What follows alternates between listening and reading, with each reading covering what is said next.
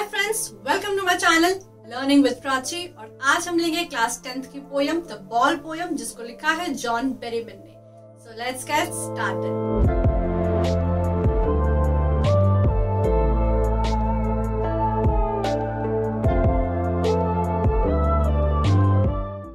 दोस्तों, ये जो पोयम है द बॉल पोयम, इससे बेसिकली पोएट हमको 3 चीजें सिखाने की कोशिश कर रहा है। ठीक है, number 1, learning is to learn about the loss of something we love. इसका मतलब है कुछ भी चीज जो हमको पसंद हो, हम उसको खो सकते हैं, उसको लूज कर सकते हैं और हमको उसे एक्सेप्ट करना है। ठीक है, अब यहाँ पे कोई मटेरियलिस्टिक चीज भी हो सकती है। फॉर एग्जाम्पल, कोई फेवरेट क्रिकेट बैग या कोई सा भी बैग हो गया, या ऐसी कोई चीज जो हमको बहुत ज्यादा पसंद है, ऐसा कोई इंसान जो हमको बहुत ज्यादा पसंद है, हम उसको खो सकते हैं। हमको ये चीज एक्सेप्ट करनी है। ठीक है, number 2, to develop the ability to understand difficult situations in life. यानी कि life is not a bed of roses. ठीक है, हमेशा हर दिन अच्छा नहीं होगा। लाइफ में बहुत ज्यादा डिफिकल्ट सिचुएशंस भी आएंगी, लेकिन हमको बहुत स्ट्रांग होके उन चीजों को फेस करना है। ठीक है, every day will not be a good day, but we need to be strong and accept what it is. And third is cope up with loss.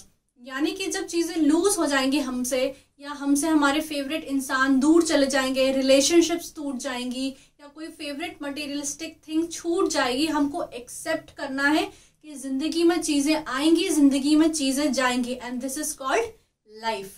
तो ये जो पोयम है द बॉल पोयम, ये है एक बच्चे के बारे में, एक लड़के के बारे में जिसकी बॉल खो जाती है। बॉल इतनी कोई महंगी नहीं रहती है और वो दूसरी बॉल भी खरीद सकता है, लेकिन फिर भी वो लड़का बहुत ज्यादा दुखी है। अब वो दुखी क्यों है और पोएट इसमें आगे क्या बताते हैं, यही हम जानेंगे द बॉल पोयम से। चलिए अब इस पोयम को और डिटेल में जानते हैं। तो दोस्तों, इस पोयम की समरी क्या है? इस पोयम में बात हुई है एक लड़के की who has lost his ball. ठीक है, एक छोटा सा बच्चा है और उसकी बॉल घूम गई है। अब बॉल घूम कैसे गई है?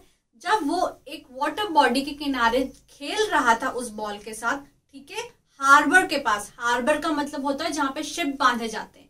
तो जब वो उस हार्बर के किनारे अपने बॉल के साथ खेल रहा था, तभी वो बॉल उस बच्चे के हाथ से स्लिप होके बाउंस करते करते उस वाटर बॉडी में, पानी में चली जाती है। अब जैसे ही वो पानी में जाती है, बच्चा एकदम शॉक में आ जाता है। ठीक है, क्योंकि उसको पता है कि अब वो बॉल वापस नहीं आ सकती है। वो उस बॉल को देखता रहता है कि कैसे वो बॉल छलांग मारते मारते मारते मारते फाइनली पानी में चली जाती है, और अब वो बॉल कभी वापस नहीं आएगी। तो इस चीज को जब वो महसूस करता है, उसको काफी ज्यादा शॉक लगता है, क्योंकि उस बॉल के साथ उस बच्चे की काफी सारी मेमोरीज अटैच होती है। वो इमोशनली बहुत अटैच रहता है उस बॉल से। उसके बचपन के दिनों में, उसके यंग डेज की जो मेमोरीज हैं, वो काफी ज्यादा अटैच्ड थी उस बॉल के साथ। ठीक है, फॉर एग्जाम्पल, हमारे पास भी कुछ ऐसी चीजें हो सकती हैं जिससे हमारा पर्सनल अटैचमेंट बहुत होगा, लेकिन अब वो चीजें हमारे पास नहीं है। ठीक है, जैसे लड़कों को क्रिकेट बैट से काफी ज्यादा अटैचमेंट होता है। जब वो टूट जाता है, हम काफी ज्यादा सैड हो जाते हैं। हमारे मम्मी पापा बोलते हैं कि दूसरे बैट के साथ खेल लो, लेकिन नहीं, हमारा जो एक पर्सनल अटैचमेंट उसी बैट के साथ होता है, वो हमसे छूटता नहीं है। ठीक है, वैसे ही लड़कियों के साथ जैसे डॉल्स हो गए, टेडी बेयर हो गए, या ऐसी कोई भी मटेरियलिस्टिक चीज हो गई जो हमको बहुत ज्यादा प्यारी हो, जब वो हमारे से दूर चली जाती है या वो टूट जाती है, तो हम काफी ज्यादा सैड हो जाते हैं। अब जैसे कोई हमारा बेस्ट फ्रेंड होता है, ठीक है, अब हमारे काफी ज्यादा दूसरे फ्रेंड्स भी रहते हैं, लेकिन बेस्ट फ्रेंड की एक अपनी जगह होती है। वो काफी ज्यादा हमको पसंद होता है, हम सारे सीक्रेट्स उसके साथ ही शेयर करते हैं और उसकी जगह कोई नहीं ले सकता। ठीक है, तो वैसे ही वो जो बॉल थी उस बच्चे की काफी ज्यादा क्लोज थी। उसके बचपन के दिन उस बॉल के साथ अटैच्ड थे, जब वो उसके साथ खेलता था। अब वो किसके साथ खेलता था ये तो पोयम में नहीं बताया है, बट हो सकता है वो अपने फ्रेंड्स के साथ खेलता हो, वो अपने बेस्ट फ्रेंड के साथ खेलता हो, और बहुत सारी जो यादें थी वो उस बॉल के साथ जुड़ी हुई थी। तो जब वो बच्चा देखता है कि वो बॉल उसके आंखों के सामने पानी में चली गई है और अब लौट के वापस नहीं आएगी, वो चीज उस बच्चे को काफी ज्यादा हैरान और परेशान कर देती है, और वो इतना ज्यादा शॉक में चला जाता है कि वो एक टक उस बॉल को पानी में देखता रहता है, मानो जैसे उसके देखने से वो बॉल वापस आ जाएगी।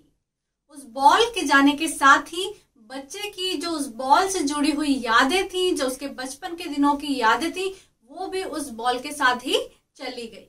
अब ये जो पूरा सिनेरियो है हमारे पोएट दूर से देखते रहते हैं, पर हमारे पोएट बोलते हैं कि मैं उस बच्चे को ना तो कंसोल करने जाऊंगा, ना ही उसके मूड को थोड़ा लाइटन अप करने जाऊंगा, मैं उसको उसकी सिचुएशन पे ही छोड़ दूंगा। पोएट बोलते हैं कि वो जो बॉल है कोई इतनी महंगी नहीं है, बहुत सस्ती बॉल है, केवल 10 सेंट्स की बॉल है, ठीक है, यानी बहुत ही सस्ती बॉल है। लेकिन मैं उस बच्चे को पैसे नहीं दूंगा कि जाओ जाके दूसरी बॉल खरीद लो, और ना ही उसको ये बोलूंगा कि देखो दूसरी बॉल्स हैं उनके साथ खेल लो, ठीक है।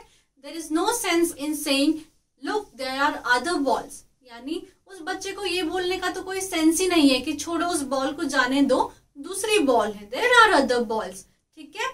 क्यों? क्योंकि मनी एक एक्सटर्नल चीज है, ठीक है, मनी से दूसरी बॉल तो आ सकती है, लेकिन वो बॉल जो पानी में चली गई है, मनी उससे वो मेमोरीज नहीं ला सकता है वापस, ठीक है। उस बच्चे की उस बॉल के साथ काफी ज्यादा मेमोरीज थी, उसके बचपन के दिन उसके साथ जुड़े हुए थे।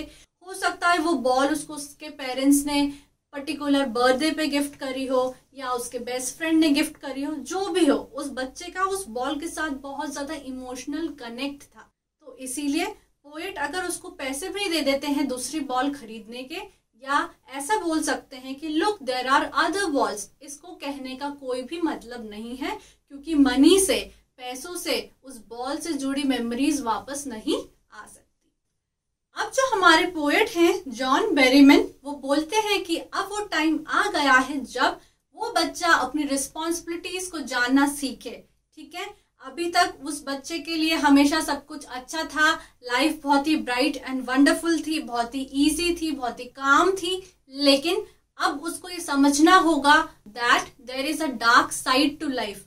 अब ये जो बॉल थी, उस बच्चे की रिस्पॉन्सिबिलिटी थी कि वो उस बॉल का ध्यान रखे, ठीक है। तो जब ये बॉल खोती है, बच्चे को अपनी पहली रिस्पॉन्सिबिलिटी महसूस होती है कि चीजों का ध्यान हमको ही रखना है, और जब वो बॉल खोती है तब पहली बार बच्चे को समझ में आता है कि जो हमारे पास है वो एक दिन खो भी सकता है, और उसको एक्सेप्ट करके ही हमको जिंदगी में आगे बढ़ना है। People will take balls and balls will be lost always little boy. इसका मतलब क्या है? जिंदगी में हमारे बहुत सारे लोग आएंगे जाएंगे, बहुत सारी मटेरियलिस्टिक थिंग्स आएंगी जाएंगी घूमेंगी, ठीक है। तो नई चीजें भी आएंगी और जो हमारे पास है वो जाएंगी भी, बहुत सारी चीजें हम खोएंगे, बहुत सारे रिलेशंस हम खोएंगे, बहुत सारे पर्सन्स हमारी लाइफ में हम उनको खोएंगे, और ये लाइफ की सच्चाई है। This is the harsh reality of life, ठीक है। तो अब वो समय आ गया है जब बच्चा अपनी रिस्पॉन्सिबिलिटीज को समझना सीखे। Life will not always be a bed of roses, हमेशा बहुत अच्छे दिन नहीं होंगे, लाइफ में बहुत डिफिकल्ट सिचुएशंस भी आएंगी। हो सकता है कुछ लोग जो हमको बहुत प्यारे हो हमारे जिंदगी में, हम उनको खो दें। हो सकता है बहुत चीजें जो हमको बहुत प्यारी हो, हमारे दिल के बहुत करीब हो, हम उनको खो दें, लेकिन इसी का नाम जिंदगी है। There is a darker side to life as well. People will come, people will go, materialistic things will come, materialistic things will go, and this is life. और वो समय आ गया है कि जब बच्चा इन सारी चीजों को जाने और एक्सेप्ट करे। ये जो लॉस है, जब चीजें घूमेंगी तब हमारे दिल को बहुत ज्यादा तकलीफ होगी, तो वो जो लॉस है उसको एक्सेप्ट करना सीखे, ठीक है, कि हाँ चलो वो चीज अब मेरे साथ नहीं है, लेकिन उस चीज को एक्सेप्ट करके जिंदगी में आगे बढ़े, ठीक है। तो लाइफ में बहुत ज्यादा डिफिकल्ट सिचुएशंस बनेंगी जब हमको ऐसा लगेगा कि हमने सब कुछ खो दिया है, हम जिंदगी में आगे नहीं बढ़ पाएंगे, लेकिन हमको उस लॉस को एक्सेप्ट करके जिंदगी में आगे बढ़ना होगा, और यही हमारा पोएट हमसे कहना चाह रहा है। तो दोस्तों, इस पोएम का कंक्लूजन क्या होगा? इस पोएम का कंक्लूजन यही होगा कि जो भी चीजें हमको प्यारी हैं वो घूमेंगी, वो खोएंगी, लेकिन हमको उस लॉस को एक्सेप्ट करना है, एक स्ट्रॉन्गर, एक बेटर पर्सन बनना है, और बहुत ब्रेवरी के साथ इस लाइफ को फेस करना है। तो दोस्तों, अब हम इस पोएम को लाइन बाय लाइन समझेंगे। What is the boy now who has lost his ball? What what is he to do. ठीक है, अब पोएट जो है हमारा बोल रहा है कि उस बॉय की हालत क्या हो रही होगी, अब वो क्या करेगा जिसने अपनी बॉल को खो दिया है। I saw it go, merrily bouncing down the street and then merrily over there. It is in the water. अब वो बता रहे हैं कि बॉल कैसे चली गई। तो कैसे गई है वो बॉल? पोएट बोलते हैं कि बहुत उछलते हुए, खुशी से उछलते हुए वो चली गई कहाँ पे?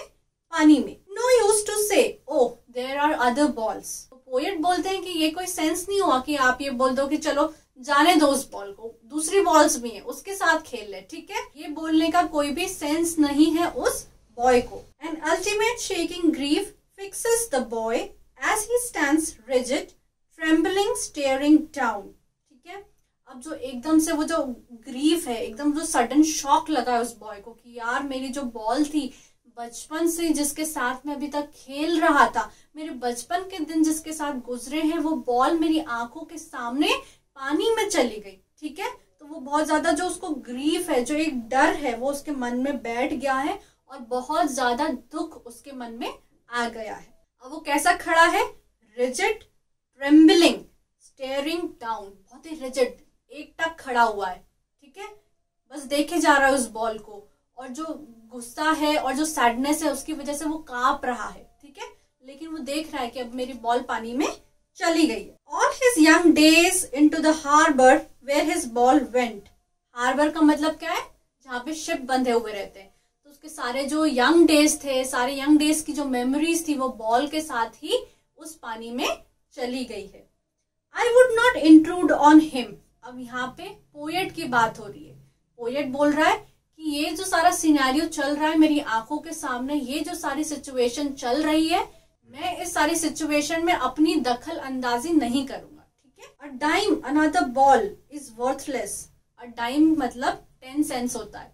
ठीक है, तो वो बॉल तो बहुत चीप है, लेकिन दूसरी बॉल लाने का कोई मतलब नहीं है। Now he senses first responsibility in a world of possession. ठीक है, अब उस बच्चे को अपनी पहली रिस्पॉन्सिबिलिटी समझ में आती है। अभी तक उसकी चीजें कोई भी खोई नहीं थी, उसको कोई दुख महसूस नहीं हुआ था, लेकिन पहली बार अब जिंदगी में उसको पता चला है कि जो भी मटेरियलिस्टिक चीजें हैं या कोई भी रिलेशन है हमारे, वो खो भी सकते हैं, वो लूज भी हो सकते हैं। People will take balls, balls will be lost always little boy. यानी लोग हमारी चीजें छीनेंगे भी, इस दुनिया बहुत अच्छी नहीं है। ठीक है, लोग हमारी चीजें भी छीनेंगे, हमसे भी हमारी चीजें गुम होंगी, लोग हमको छोड़ के भी जाएंगे, रिलेशनशिप भी टूटेंगे, लेकिन ये एक सच्चाई है जिसको एक्सेप्ट करने की जरूरत है। No one buys a ball back, money is external. कोई भी जो बॉल है उसको वापस खरीदता नहीं है। ठीक है, जो चीज हमारी फेवरेट होती है वो तो फेवरेट होती है, एक बार जब वो चली जाती है तो उसको खरीद नहीं सकते। पैसे से वो चीज तो खरीद सकते हैं, लेकिन उससे जुड़ी जो मेमोरीज हैं वो वापस नहीं आ सकती। He is learning well behind his desperate eyes the epistemology of loss. एक टक निगाहों से जो वो उस बॉल को देख रहा है, वो अंदर से बहुत ही सैड है, लेकिन अब वो समझ रहा है कि जब चीजें खोती हैं उसको वो फील कैसा होता है, जब चीजें हमसे दूर चली जाती हैं, जब रिलेशनशिप्स टूटती हैं, जब लोग हमको छोड़ के जाते हैं, तो वो लॉस होता कैसा है, वो फील कैसा होता है। अब वो उसको फील करना सीख रहा है। How to stand up knowing what every man must one day know and most know many days how to stand up। यानी कि लॉस तो बहुत ज्यादा हो चुका है, लेकिन उस लॉस को एक्सेप्ट करके जिंदगी में आगे बढ़ना हर कोई सीख लेता है, और यही इस बच्चे को भी सीखना है। तो दोस्तों आइए देख लेते हैं पोएटिक डिवाइसेस क्या क्या यूज हुए हैं इस पोयम में। Number 1 is alliteration. एलिटरेशन का मतलब होता है जब सेम वर्ड पास पास में यूज होते हैं। ठीक है, जैसे no one buys a ball back. ठीक है, तो बॉल बैक में एलिटरेशन यूज हुआ है, और दूसरी जगह जहां पे एलिटरेशन यूज हुआ है वो है मैन मस्ट। ठीक है, तो वहां पे म का साउंड बहुत प्रोमिनेंट भी है, और दोनों वर्ड एम से शुरू हो रहे हैं। Next is anaphora. एनाफोरा का मतलब होता है जब दो या दो से ज्यादा लाइन एक ही वर्ड से शुरू हो रही है। ठीक है, तो शुरू की 2 लाइन जो पोयम की है वो व्हाट से शुरू हो रही है, और 3rd and 4th लाइन जो है मेरिली से शुरू हो रही है।